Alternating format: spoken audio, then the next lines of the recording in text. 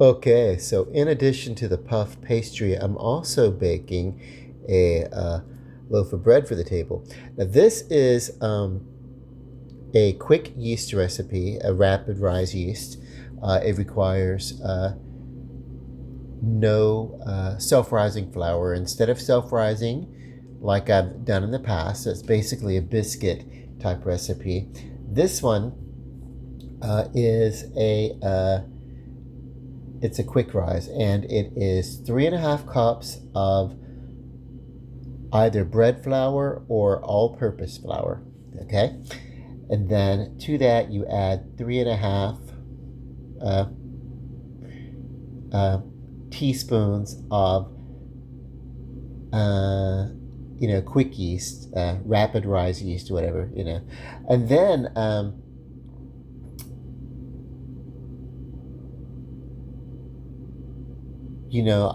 I went with about 2 tablespoons of sugar. I just kind of,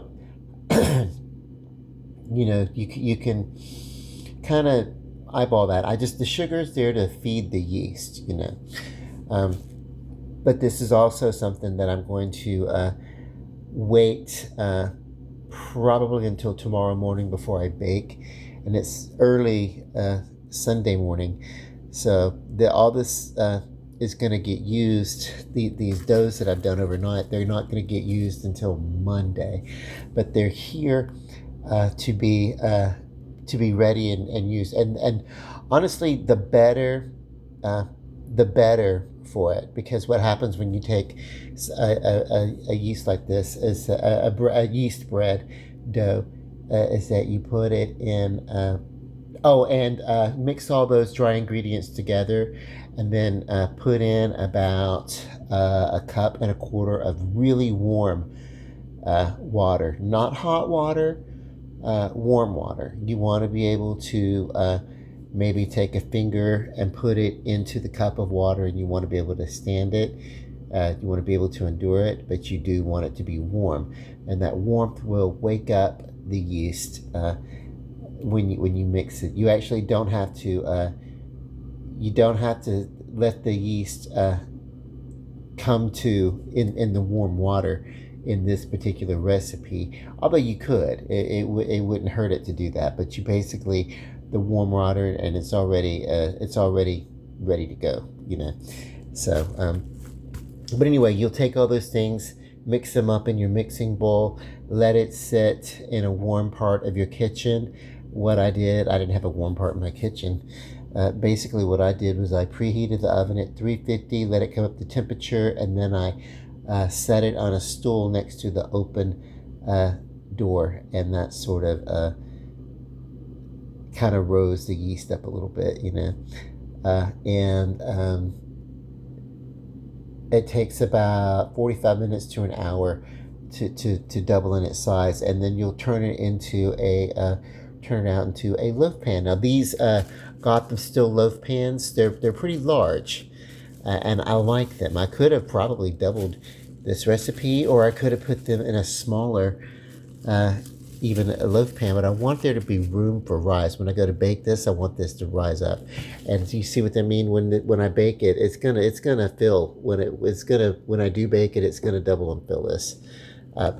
But this is something I'm going to wait until probably about an hour and a half before I serve dinner on Monday, and that way it'll be fresh, but it will have time to be warm but be settled a little bit. I actually don't want to serve really, really hot table bread because I don't want to give people a tummy ache, and sometimes that can happen with bread if you serve it and it's still overly warm. You can get a stomach ache. It is better to let the bread to cook it and then let it come up to room temperature. Let it really, really cool down to room temperature to the touch and everything like that before you bring it to the table. It's probably still going to be a little warm on the inside. I know everybody wants to spread that warm butter on that really warm bread, but it's not always great for the stomach. Um, and it is best to, yeah, wait, let the bread you know, get to its proper temperature. And then you can always slice it and give it a light warming in you know, when you're doing the rest of the food or something like that. You can always set it over to the side or something like that. But cook it thoroughly, then let it come out and let it get to, you know, bread temperature, you know, table ready temperature. Don't serve it hot, you know, and cutting it. You cut into it, and it's, you know, you're letting all the steam out and everything like that. And part of that's a big, you know, it's a big portion of what makes this bread great, you know. It's even risen a little bit since we've talked, but I'm going to pause the video because I'm pretty much done here. There's nothing else to say. And the reason why I did the doughs ahead of time is so that I have, well, honestly, because you are working with flour, no matter what you do, no matter how careful you are, flour is going to get on your surfaces, no matter if you, yeah, no matter. And for me, what that means is an entire, you know, just cleaning of all my surfaces. And I get to concentrate on that tomorrow, you know, and so that's kind of cool. Or really all day today I get to do it because it's Sunday now, so I'll get to do that. You know, I'll get to get the house clean and ready for company tomorrow, and I'm so excited about company. This is gonna go, like I said, kind of even it out here, push it, even it out. It really doesn't quite matter because if it's a little, you know, this is a rustic situation, but we want this. You know, to rise, you know.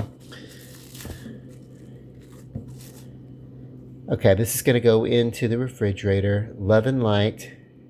Peace. Good night.